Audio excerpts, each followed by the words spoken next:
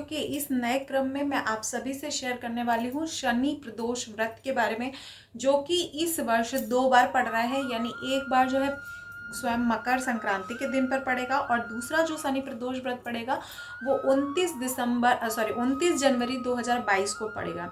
यानी 29 जो जनवरी 2022 वाला प्रदोष व्रत है उसमें जो भी लोग पुत्र प्राप्ति से संकल्पित होकर व्रत करना चाहते हैं तो आप उठा सकते हैं, क्योंकि खरमास खत्म हो जाएगा। तो जो भी लोग, और वो कृष्ण पक्ष का हमारा व्रत भी होगा, तो अगर जो भी लोग कृष्ण पक्ष मतलब पुत्र प्राप्ति के लिए, जैसा कि मैंने पिछली वीडियो में बताया था कि पुत्र प्राप्ति के लिए शनि प्रदोष व्रत कर सकते हैं, तो मैं आप सभी को बताना चाहती हूँ कि इस वर्ष 2022 में खरमास खत्म हो जाएगा। मकर संक्रांति के बाद आप शनि प्रदोष के साथ आप व्रत उठा सकते हैं। पुरुष या महिला कोई भी करना चाहे तो दोनों लोग में से कोई भी कर सकता है पुत्र प्राप्ति के लिए व्रत।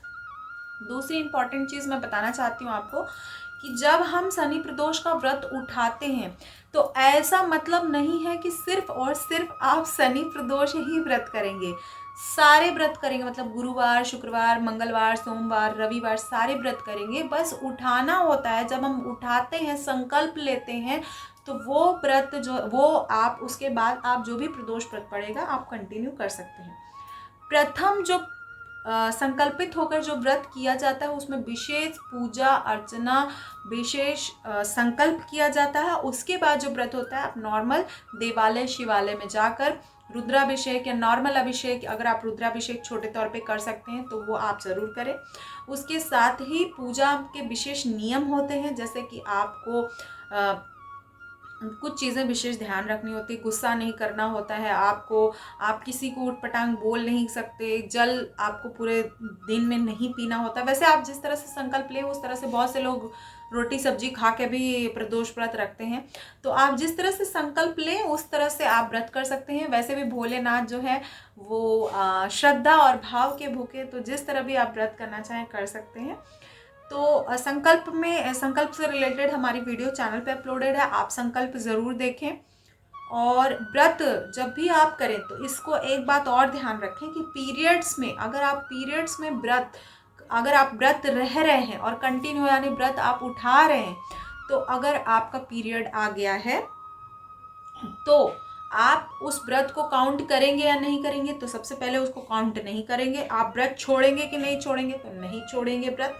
और जब भी आपको पुत्र प्राप्ति हो जाए, यानी अगर आप पुत्र प्राप्ति से संबंधित संकल्पित होकर अगर व्रत कर रहे हैं, उसके बाद अगर आपको मुक्ति मिल जाए, मतलब अगर आप जो भी संकल्पित होकर आप व्रत कर रहे हैं, अगर आपको वो चीज़ प्राप्त हो जाए तो आप उद्यापन भी करें, और शनि प्रदोष के दिन ही उद्यापन करें।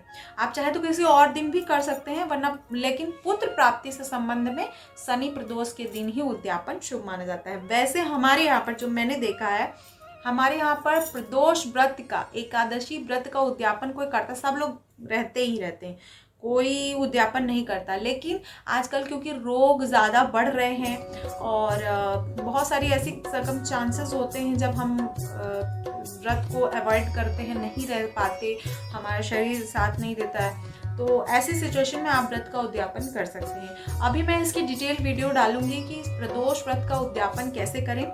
जो भी लोग उद्यापन करना चाहते हैं वो इस नव वर्ष में, यानी जो भी प्रदोष पड़ेगा, यानी एक ही प्रदोष पड़ रहा है जो नव वर्ष में खरमास के बाद पड़ेगा, वो 29 जनवरी 2020, यानी जो लोग व्रत उठाना चाहते हैं उनके लिए भी, और जो लोग व्रत का उद्यापन करना चाहते हैं उनके लिए भी मैं विशेष बता रही हूँ कि आप लोग व्रत उठा भी सकते हैं, उद्यापन भी कर सकते हैं।